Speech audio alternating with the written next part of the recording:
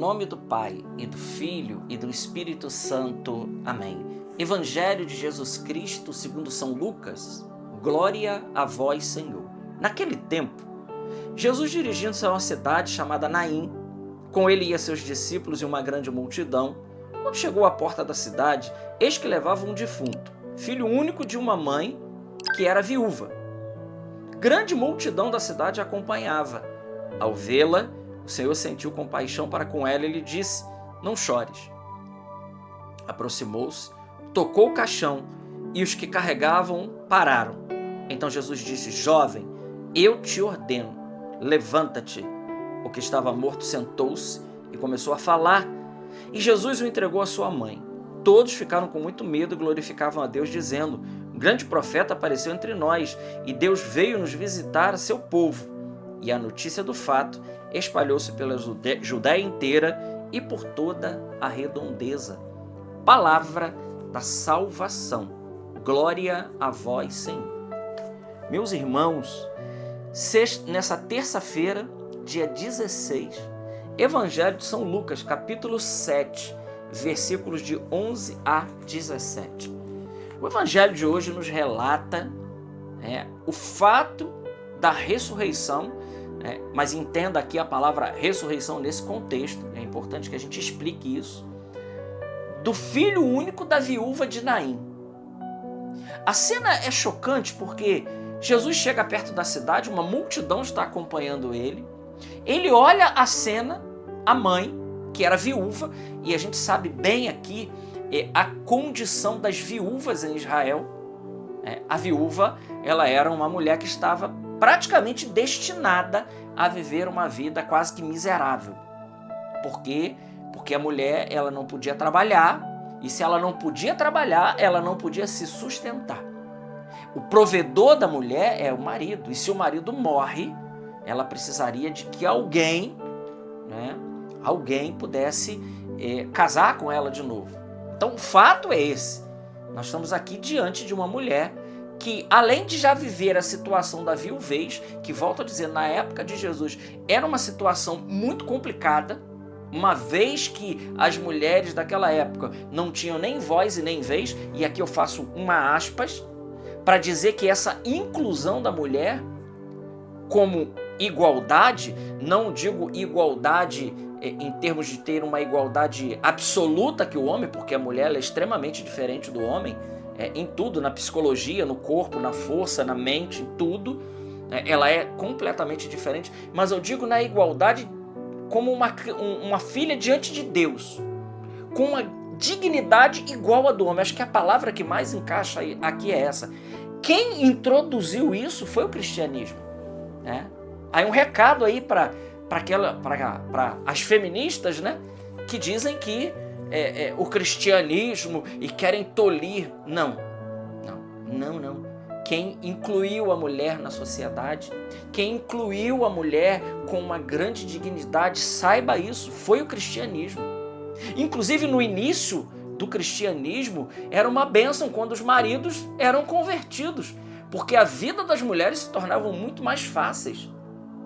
A vida era totalmente diferente. A mulher não era tratada mais como um objeto, como uma coisa, mas ela era tratada com a dignidade que ela tem e que ela merece. Então quem resgata isso é o cristianismo. Então, mas nessa situação, a condição da mulher era essa. Era essa.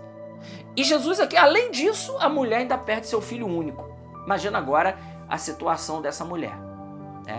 A situação dela, meus irmãos, não é uma situação boa. Não é uma situação boa mesmo. Essa mulher, ela está em grande dificuldade. Então, Jesus, ele olha, ele toca no caixão e ele diz: menino, eu te ordeno, levanta. Gente, isso aqui é muito importante porque, claro, esse menino, ele volta a morrer de novo. Com certeza absoluta, esse menino morre depois. Mas Jesus faz questão de trazer ele naquele momento como uma grande prefiguração para dizer para mim e para você que ele é o Senhor da vida e que ele está acima da morte. O que Jesus faz com Lázaro, o que Jesus faz com o filho único da viúva de Naim, é aquilo que ele fará de uma vez por todas, é aquilo que ele fez de uma vez por todas ao nos salvar, a nos livrar das garras do mal e do demônio e nos conseguiu o paraíso, nos conseguir a vida eterna. Então foi isso que Jesus conseguiu para cada um de nós. E ele aqui está nos dando uma amostra daquilo que ele pode fazer. Só Deus tem o poder de trazer a vida de volta. Quando querem pegar Jesus, ele diz: ninguém me tira a minha vida, eu a entrego livremente porque eu tenho o poder de a entregar e de a tomar de volta. Ele tem o poder de trazer a vida a esse menino de volta, e ele faz isso, ele realiza isso diante de todos, para o espanto de todos. Jesus realiza esse milagre. Que coisa extraordinária, meus amigos, para mostrar para mim e para você que ele é realmente o Senhor. Ele ressuscitou mortos, andou sobre as águas, ele nos deu seu corpo, sangue, alma e divindade como alimento para cada um de nós. Então Jesus aqui, ele está mais uma vez dando as suas credenciais para nós e dizendo: tenha esperança. E depois, claro, ele vai dizer isso largamente no Evangelho de São João. Depois que ele ressuscita Lázaro, ele completa dizendo: eu sou a ressurreição e a vida. Aquele que crê em mim, ainda que morra, ele viverá. E todo aquele que vive e crê em mim jamais morrerá. Crês nisso? E aí Marta responde: sim, Senhor, eu creio que tu és o Filho de Deus. É isso, irmãos. É isso. Então, diante do... Qual é o nosso maior medo, nosso maior inimigo hoje? Inclusive a igreja nos diz que o último inimigo, o catecismo diz, o último inimigo a ser destruído foi a morte.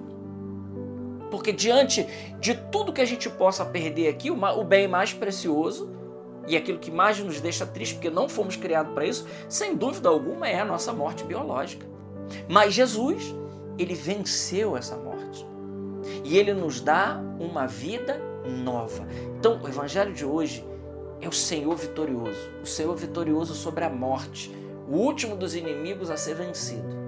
E Jesus venceu ele pelo sacrifício, pelo preço do seu corpo, sangue, alma e divindade. Ele consegue tudo isso para nós a preço de sangue. Então você, meu irmão, eu, cada um de nós valemos o preço do sangue de um Deus. É para a gente parar e pensar muito nisso, que nós valemos, nós custamos o sangue de um Deus, a vida de um Deus, a entrega de um Deus que por amor, ele se entrega a cada um de nós.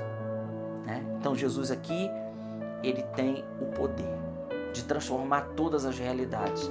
E aqui trazendo por um lado espiritual para a nossa vida, não sei o que hoje possa estar morto na sua vida. Talvez tenha coisa na sua vida ainda, meu irmão, talvez tenha na minha também, cheirando mal, que já esteja morto há muito tempo. Mas saiba, Jesus tem o poder de ressuscitar todas as coisas. Ele tem o poder de restituir todas as coisas. Eu volto a dizer, eu não sei hoje o que está morto na sua vida.